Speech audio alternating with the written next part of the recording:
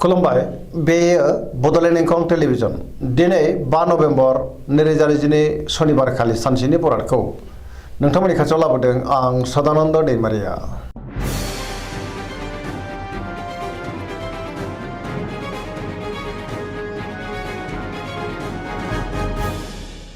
सिगां फरायनो लादों मेष राशि गिबि हांखो अ ल। दिनैनि साना जोबोर मोजां, जेरावबो जाफुंसारगोन। सुथुरखौ दिनै गोरलैयैनो फेजेननो हागोन। बहाबा दावबायनो एबा हान्थिनो खाबुबो मोननो हागौ आरो मोजाङैनो हान्थिनोबो हागोन। मावनो लानाय खामानिखौ थि समावनो मावफुंनो हागोन। गोसोखौ दिनै जोबोर गोजोननाय मोनगोन। देहाया मोजाङै थागोन। बहानिफ्रायबा मोजां खौरां फैनोबो हागौ। रांखावरियाव जोबोर मोजां। बेफार फालांगियाव जोबोर मोजां। आयाबो बांनो हागौ। सोरबा लोगोनिफ्राय मोजां खौरां फैनोबो हागौ। न'खराव दिनै अनलायनाय फैगोन। सेंग्रा सिख्लाफ्रा गावबा गावनि गोसोनि साननायखौ फोरमायलायनो हागोन आरो गोसोआ दिनै जोबोर खुसि जागोन। गोसोनि बोलोआ बांगोन। समाजावबो मान मोननो हागोन। गुबुननि थाखाय गोबां मोजां खामानि मावनानै होनोबो हागोन। पजिटिभ एनार्जिनि गोहोम गोग्लैनो हागौ।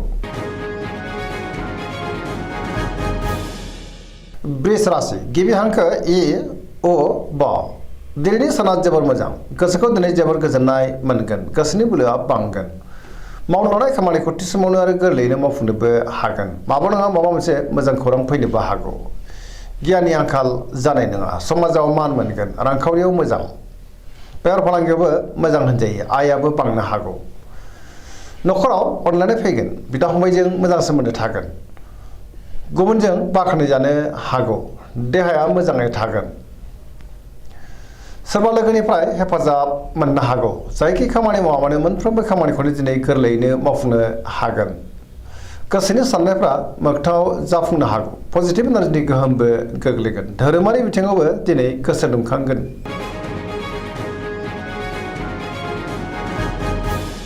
मिथुन राशि गिबि हांखो क स।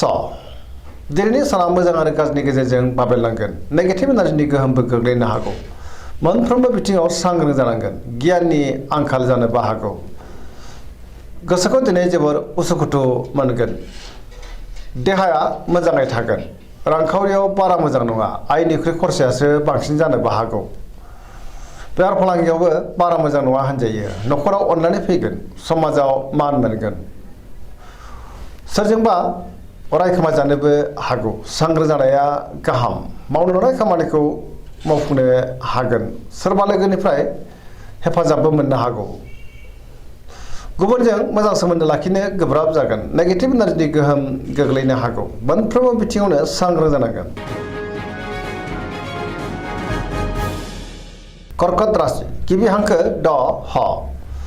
दिनैनि साना जोबोर मोजां। गोसोखौ दिनै जोबोर गोजोननाय मोनगोन। बहाबा हान्थिनो एबा दावबायनो खाबुबो मोननो हागौ। सोरबा लोगोजों बाख्नाय जानो हागौ।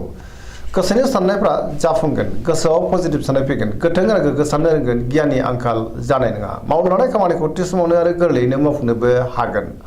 रांखावरियाव जोबोर मोजां। बेफार फालांगियावबो जोबोर मोजां मुलाम्फा मोनगोन। न'खराव अनलायनाय फैगोन। सोरजोंबा बाख्नाय जागोन। समाजाव दिनै लोगो लेवाबो बांनो हागौ। देहाया मोजाङै थागोन। अब्लाबो नाथाय जानाय लोंनायाव सांग्रां जानांगोन। गुबुननिफ्राय थोजासे हेफाजाब मोननो हागौ। समाजाव मान मोनगोन। फरायसाफ्रा दिनै फरायनायाव गोसो दुंखांगोन आरो मोजां फिथाइ मोनगोन।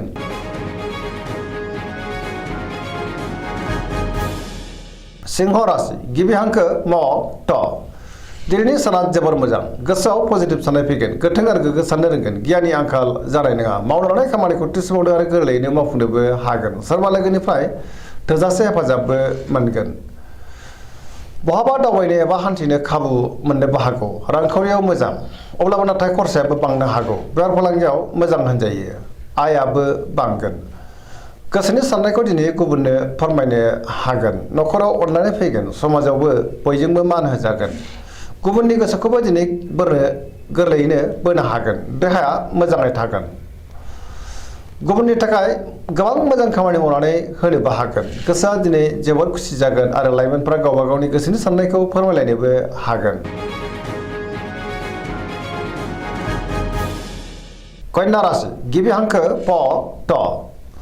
दिनैनि साना जोबोर मोजां बयजोंबो मोजां सोमोन्दो लाखिनो रोंगोन गोसोआव पजिटिभ साननाय फैगोन गोथों आरो गोग्गो साननो रोंगोन गियाननि आंखाल जानाय नङा जायखि खामानि मावा माने मोनफ्रोमबो खामानिखौनो दिनै मोजाङैनो मावफुंलांनो हागोन सिगांनि बयबो आद्रा खामानिखौबो दिनै मावफुंनो हागोन रांखावरियाव मोजां अब्लाबो नाथाय खरसायाबो बांनो हागौ बेफार फालांगियाव मोजां होनजायो देहाया मोजाङै थागोन न'खराव अनलायनाय फैगोन गोबां खामानियाव दिनै मुखुब थानो हागौ सोरजोंबा बाख्नाय जागोन गोसोआ दिनै जोबोर खुसि जागोन पजिटिभ एनार्जिनि गोहोम गोग्लैगोन लाइमोनफ्रा गावबा गावनि गोसोनि साननायखौ फोरमायलायनो हागोन आरो जोबोर रमान्टिकबो जागोन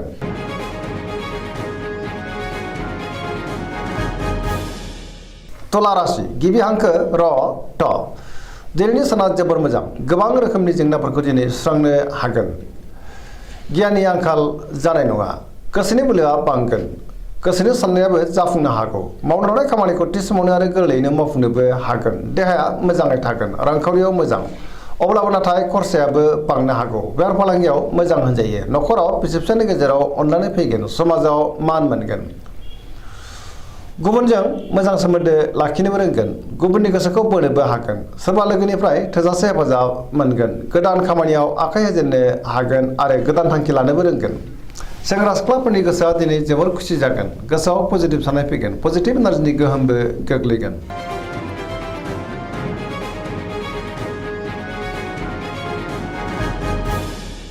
वृश्चिक राशि गिबि हांखो न स दिनैनि साना जोबोर मोजां बयजोंबो अनसायजागोन गुबुननि गोसोखौ गोरलैयैनो बोनोबो हागोन पजिटिभ एनार्जिनि गोहोम गोग्लैनो हागौ समाजाव लोगो लेवा बांगोन गोसोआव गोग्गो आरो गोथों साननाय फैगोन गियाननि आंखाल जानाय नङा मावनो लानाय खामानिखौ थि समावनो आरो गोरलैयैनो मावफुंनोबो हागोन गुबुननिफ्राय थोजासे हेफाजाबबो मोनगोन गोसोनि साननायफोरा मोगथाङाव जाफुंनो हागौ गोसोनि बोलोआबो बांगोन समाजाव बयजोंबो मान होजागोन न'खराव अननानै फैगोन रांखावरियाव मोजां अब्लाबो नाथाय खरसायाबो बांनो हागौ बेफार फालांगियाव मोजां होनजायो देहाया मोजाङै थागोन गुबुननि हेफाजाब मोनगोन फरायसाफ्रा दिनै फरायनायाव गोसो दुंखांगोन आरो मोजां फिथाइ मोनगोन लाइमोनफ्रा जोबोर रमान्टिक जागोन आरो गावबा गावनि गोसोनि साननायखौ फोरमायलायनोबो हागोन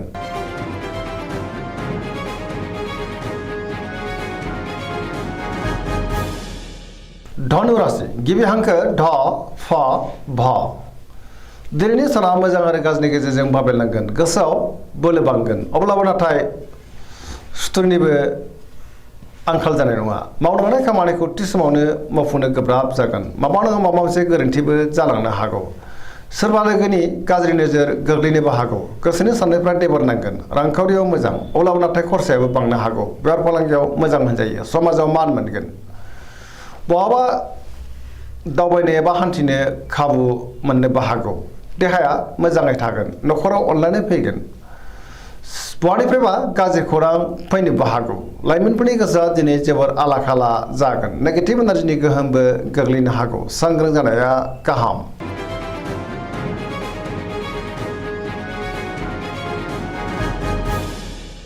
मकर राशि गिबि हांखो ख ज दिनैनि साना मोजां आरो गाज्रिनि गेजेरजों बाबेलनांगोन गोसोनि साननाया देबर नांनो हागौ मावनो लानाय खामानिखौ मावफुंनो गोब्राब जागोन माबा नङा माबा मोनसे गोरोन्थि जालांनोबो हागौ रांखावरियाव मोजां अब्लाबो नाथाय खरसायाबो बांगोन बेफार फालांगियाव मोजां होनजायो गुबुनजों मोजां सोमोन्दो लाखिनो रोंगोन गोदान खामानियाव आखाइ होजेननो हानाय नङा गोरोन्थिबो जानो हागौ न'खराव अनलायनाय फैगोन बिदा फंबायनि हेफाजाबखौ मोननो हागोन सेंग्रा सिख्लाफ्रा गावबा गावनि गोसोनि साननायखौ फोरमायलायनो हागोन फरायसाफ्रा दिनै फरायनायाव गोसो दुंखांगोन आरो मोजां फिथाइ मोननोबो हागोन अब्लाबो नाथाय नेगेटिभ एनार्जिनि गोहोमबो गोग्लैनो हागौ सांग्रां जानांगोन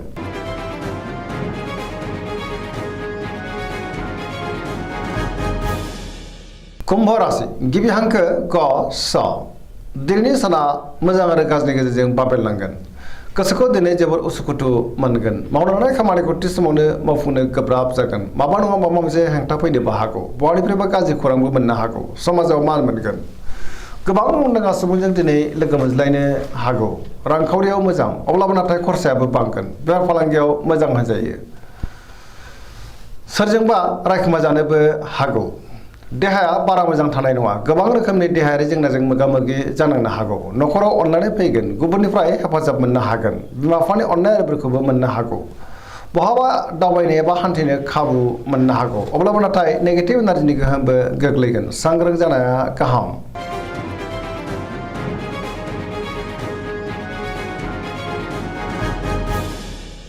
मीन राशि गिबि हांखो ड स दिनैनि साना मोजां आरो गाज्रिनि गेजेरजों बाबेनलांगोन गुबुननि थाखाय नाङा फाङा जेंनायाव गोग्लैनांनोबो हागौ सोरबाया थगायनोबो नाजागोन गोसोआव नेगेटिभ साननाय फैगोन गोसोनि बोलोआ लोरबां जानोबो हागौ गावनि गोसोनि साननायखौ गुबुननो फोरमायनो हागोन देहाया मोजाङै थागोन रांखावरियाव मोजां बेफार फालांगियावबो मोजां अब्लाबो नाथाय खरसायाबो बांनो हागौ न'खराव अनलायनाय फैगोन सोरजोंबा रायखोमा जानो हागौ लाइमोनफोरनि गोसोआ दिनै जोबोर रमान्टिक जागोन आरो गावबा गावनि गोसोनि साननायखौ फोरमायलायनोबो हागोन। दिनैनि राशि फरायनाया एसेनोसै बेखौनो खावलायो नोंथांमोना जाहाथे जोंनि बे बड'लेण्ड इंखं टेलिभिजनखौ नायबाय थायो आरो साबस्क्राइब खालामो लोगोसे लाइक खालामो आरो शेयार खालामो एसेनोसै गोजोन्थों।